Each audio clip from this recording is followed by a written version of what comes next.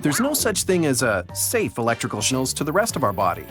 We call this human voltage. It happens when you yawn, smile at a good joke, and flex those muscles in the mirror. But when electricity is introduced from an outside source, your system's balance is interrupted, like a circuit breaker being tripped. Whether you're an experienced electrician installing a new lighting system or a curious toddler poking an outlet, electricity travels through the body until it finds the fastest way out to the ground. What does that journey look like? It all depends on your body's makeup. Electricity moves easily through nerves and muscle, but not as easily through bone and fat.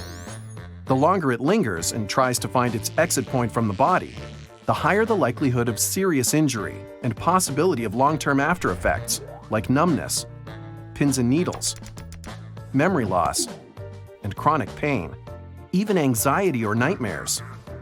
The majority of Ontarians have reported